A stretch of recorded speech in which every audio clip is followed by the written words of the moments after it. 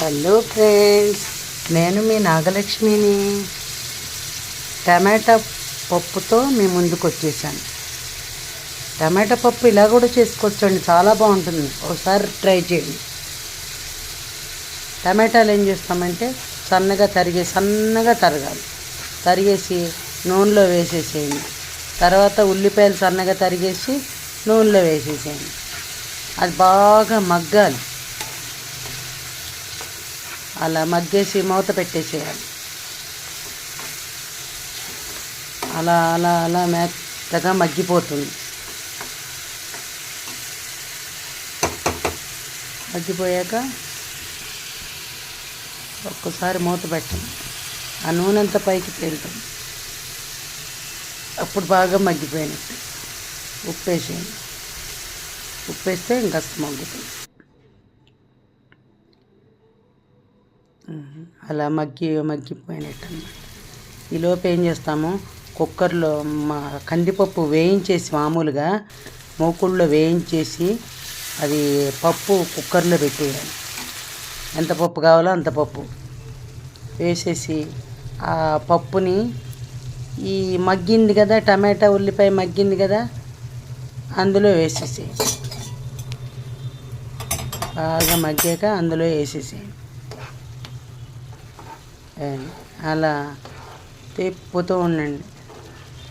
అడుగంటకూడదుగా, మళ్ళీ అడుగంటకుండా తిప్పాలి. అట్లా జాగ్రత్తగా తిప్పండి. అలాగా తిప్పుతూ ఉండండి.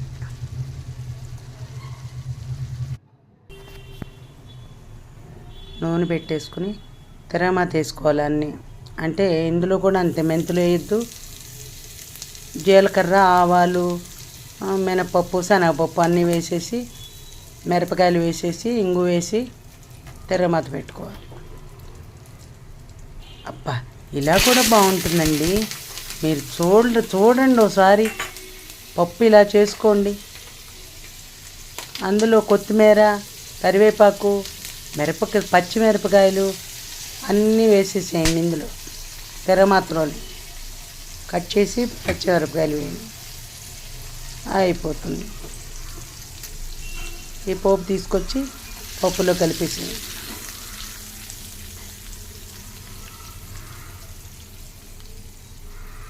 అంతే.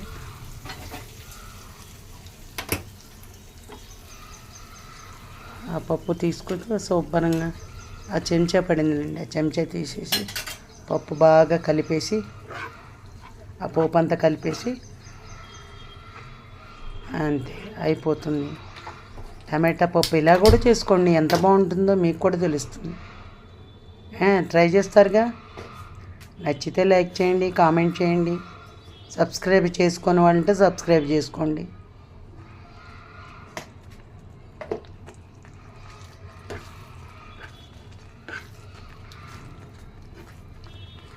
కారం వేయలేదే అంటారు.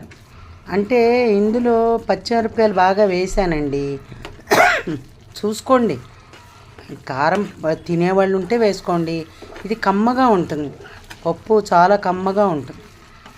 ఇలా ట్రై చేసి చూడండి. ఇలా సరేనా? అంతే, టమాటా పప్పు రెడీ అయిపోయింది. టమాటా పప్పు ఏమిటి అనుకుంటారా?